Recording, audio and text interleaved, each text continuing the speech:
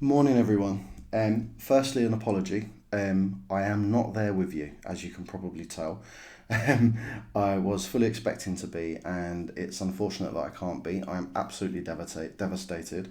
My youngest daughter, who's autistic, she's 6 years old, and she has been struggling a great deal the last few days. We've been staying with my sister in Essex, which we do regularly, but she just has not been able to deal with it this time. So we have had meltdown after meltdown after meltdown.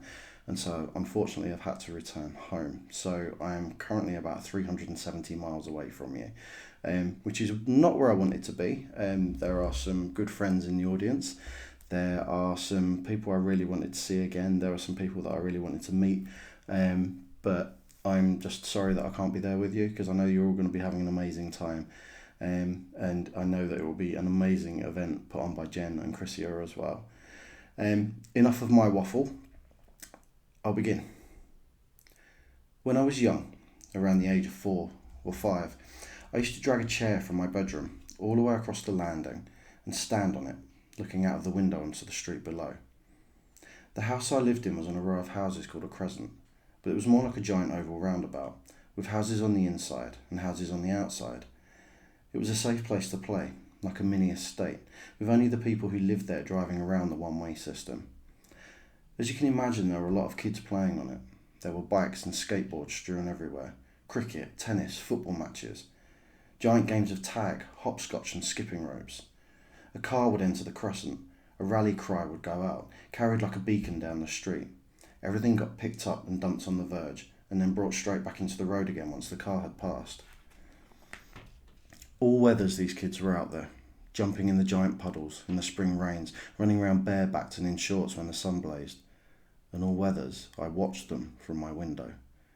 I would stand on my chair studying the ebbs and flows of groups of children that endlessly ran and ran, looking like a murmur of starlings or a school of fish. Synchronized, unspoken and unanimous movement as they gathered their things out of the path of an oncoming car and then flooded back out onto the road again to play when it rolled on by. I ached for them to knock for me, to lure me into this bedazzling world of movement and noise I witnessed unfolding before me every day. And they often did. I would watch them walk onto our drive and my heart would start to pound and hammer in my chest. My hands would involuntarily curl into tight fists. My fingertips, with nails bitten to the quick, pressed hard into my sweaty palms. They came to my door and I would sink onto the chair, knees up, as small as possible. The knock would come on the door. The noise would reverberate and echo around inside my head.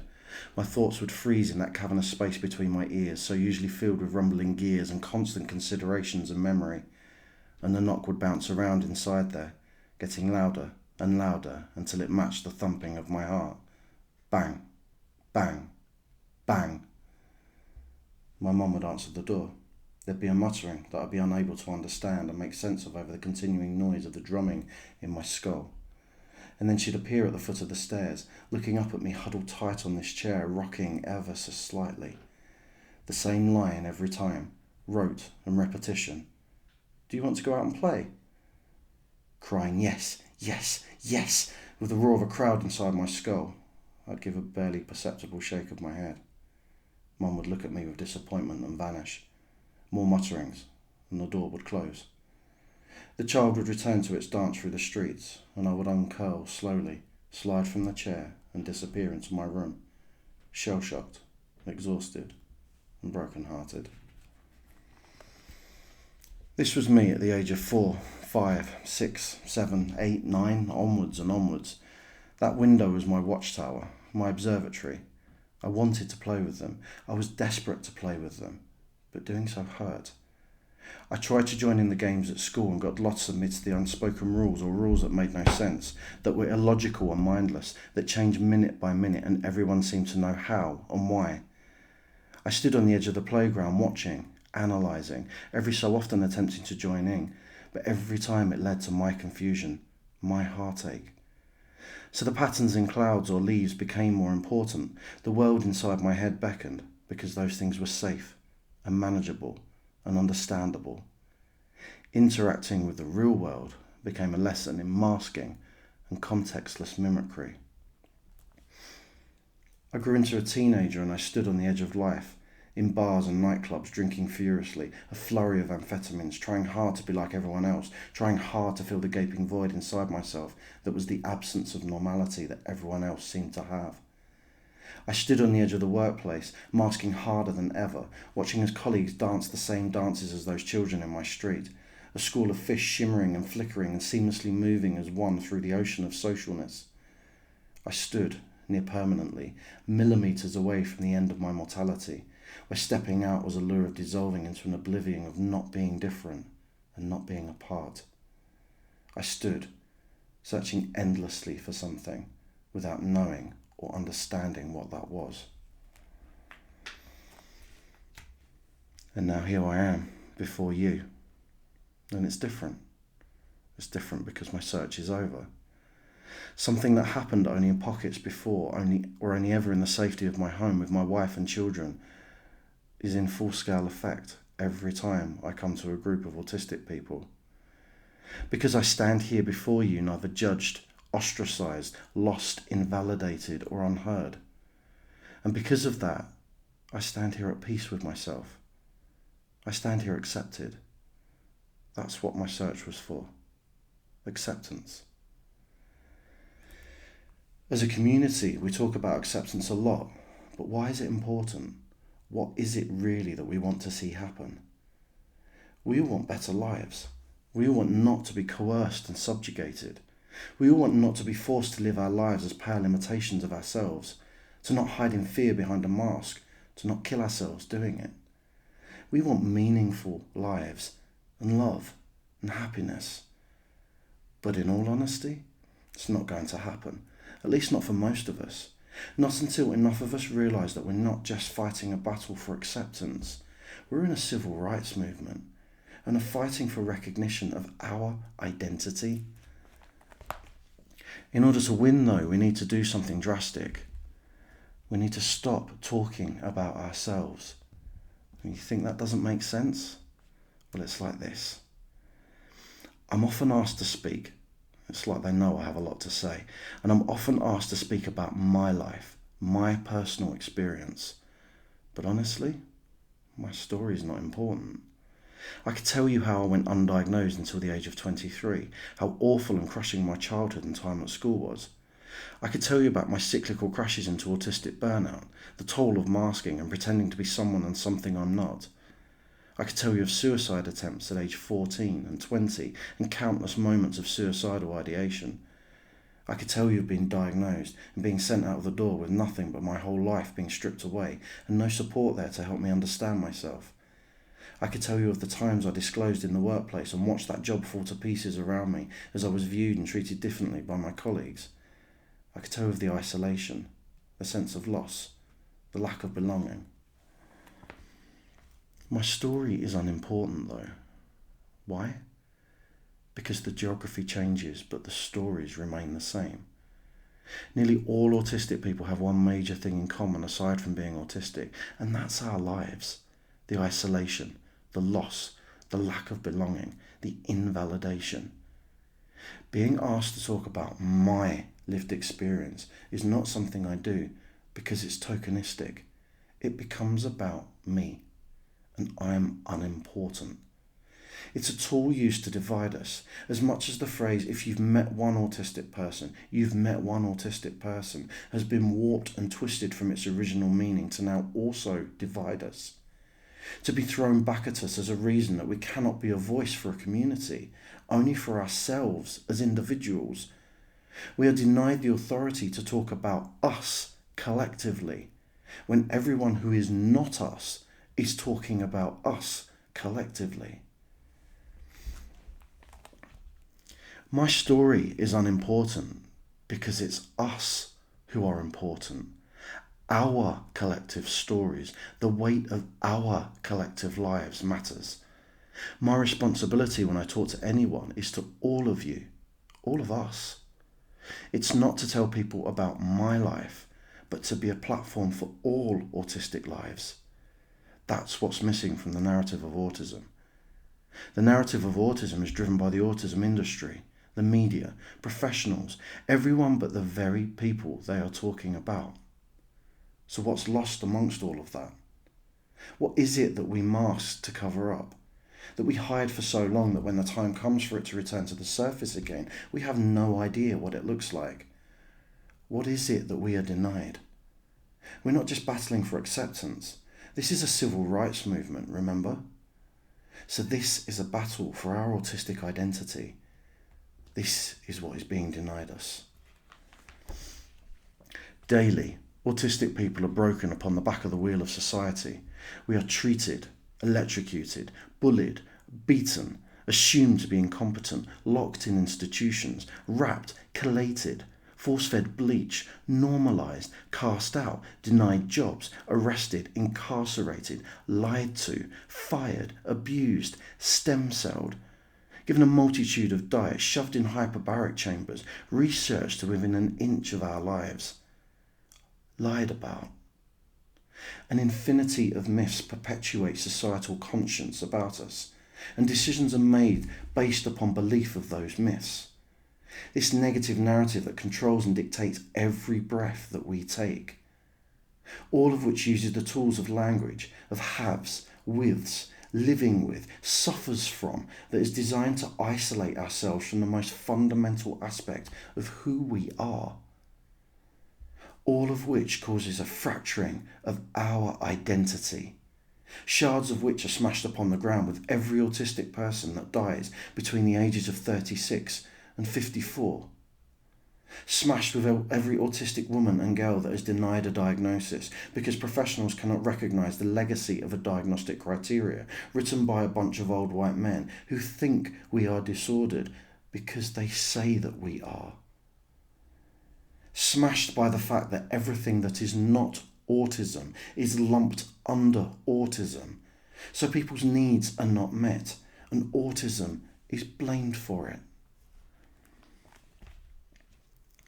High functioning, low functioning, severe, mild, all lazy labels that do nothing but continue a cycle of ignorance that creates limitations and stigma for those given them.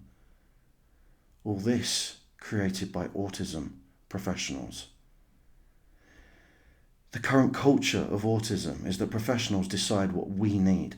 Professionals train other professionals. Professionals apply the services, and then professionals pat each other on the back and tell each other what a good job they've done. All of these professionals are telling everybody different things. Each are biased towards the studies of different researchers. Each are paid by different organisations and follow different agendas. Each follow different philosophies, and each use external observations based on different models of very narrow and poorly defined diagnostic criteria, all written by professionals. Professionals who insist on using person-first language, who talk about the importance of recognising the person and not the diagnosis. Professionals who then talk about autism like we, autistic people, aren't even in the room. Who can't recognise that there is a person standing right in front of them. An autistic person. The hubris of people who stand and observe us and decide they understand who we are because they watch our external behaviour. External behaviour often driven to extremes by anxiety caused by the environments the professionals put us in the first place. Because of them, we've gone from generations of undiagnosed autistics who have spent our lives suffering because of ignorance, not because of autism, convinced that something was wrong with us, to now generations of diagnosed autistics who may as well go undiagnosed because of either the lack of support or inappropriate therapies offered to them, and who are led to believe that there is still something wrong with them. Diagnosed children who go through exactly the same experiences at school as we did, unsupported through sensory overwhelm, confusion, a lack of understanding and acceptance, not helped to recognise and learn about their autistic identity, along with the expectation of fitting in and normalisation. Or undiagnosed children, huge waiting lists, decisions made not to diagnose because of myths such as they have friends or they make good eye contact. The geography changes, but the stories remain the same. I ask you this, Autism describes our neurology. Neurology describes neurological process. Is neurological process restricted to what goes on inside our heads? No. Autism is every fibre of our being, every aspect of our senses. We interpret information autistically. We send signals autistically. We make decisions with our autistic brains based on an autistic nervous system. So tell me, does autism define us? Hell yes it does. It can be denied by anyone who cares to, but it does not change the fact that an autistic person is autistic from their head to their feet and from fingertip to fingertip. Autism defines us because we are autistic. That there is our identity, with a million things that shape us like they shape everyone. Life experiences, loves and hates, illnesses, jobs, the way we treat people and the way they treat us back, our religion, our gender, our sexual proclivities, the colour of our skin, but all driven by autistic neurology. The autistic experience of autism is what binds our community together. Despite the many disagreements that ravage us, often imposed on us by belief in the pathology paradigm, the internal experience of autism is shared and relatable. You have to excuse the banging, my cat's scraping on the door. The emotional impact of the world on us as autistic people is shared and relatable. The cognition and the neurology of autism is shared and relatable. The assumptions remain, though, that we don't have voices, in whatever form they come, and so can't speak for ourselves. That autism somehow stops at 16. It explains why we're kept apart from our own narrative and only allowed to dictate our lives and our futures through tokenism or as research subjects, where we're seen as not competent enough to make decisions for ourselves, with experts and family members' views given precedent over our own. All of this is driven by fear. Our existence threatens the herd of humanity who rail against change, whose inflexibility of thought makes a mockery of the fact that we are accused of inflexibility of thought, who accuse us of being unempathetic, and yet have no empathy for us. Society fears difference. Society fears us. This fear of difference shows why autism is still seen consciously and subconsciously as a childhood condition, and in the eyes of society makes autistic adults into Peter Pan versions of ourselves. We are looked at as though we never grew up, that we're incompetent, that we work on childhood level emotional intelligence, that rainbow-coloured jigsaw pieces litter our wake when we walk, because then we are manageable and controllable. We're reduced to children. And children aren't allowed to speak for themselves. Autistic should not be and is not a bad word, and neither is autism. The only negatives attached to it are those put there by a pathological medical paradigm of thought that is fueled by broken and fix. We are not the norm, ergo something is wrong with us. A paradigm sustained by those who do not understand autism, nor the myriad of co-occurring conditions that commonly hitch a ride with being autistic, but are not in themselves autism. A paradigm sustained by those who are not autistic, or who are, but bury it beneath a mask of epic proportions, entrenched in a mentality which cries, "They are not like me." Autistic children need to be taught about autism. They need to spend time in the company of other autistic children and adults. They need to learn who they are and be armed with the reasons why they think the way they do, why things hurt them that don't hurt others, why non-autistic adults have expectations of autistic children that they would not even have of themselves. Autistic adults need to be taught about autism, not by being signposted to the National Autistic Society helpline, but by being surrounded by the very much non-touching embrace of autistic people who understand and have the knowledge to advise and help them to understand themselves. We have a responsibility, all of us, to understand not just our autism, but our autism and the whole sordid history of half-truths and mistakes that lie behind it. We have a responsibility, if we're able, to put our heads above the parapet and deliver the same message, the right message, one which says we have pride in who we are, that we understand who we are, and that we understand what you, the non-autistic world, has done to us. That we forgive you, but enough is enough. Our writing, our songs, our poetry, our art, our acting, our science, our technology, our engineering, our love, our humanity, our autistic culture, the threads of which are out there just waiting to be pulled together by an autistic community which understands itself, understands the context of its hardships, and is prideful of its existence. The world needs to see us for who we truly are. Which brings me back to the beginning. We stood looking out of our watchtower, looking for acceptance. But we have a hand in our futures, no matter how hard it may seem. Because acceptance from others might be the ultimate aim, but it's pointless until we truly accept ourselves. Until the day comes when every single one of us rises up and claims our identity. Until the day comes when we recognise that each of us has a responsibility to the other. Until the day comes that we recognise that the geography changes, but the stories remain the same. So we need to change those stories. We're autistic. We need to start owning that in every way we can.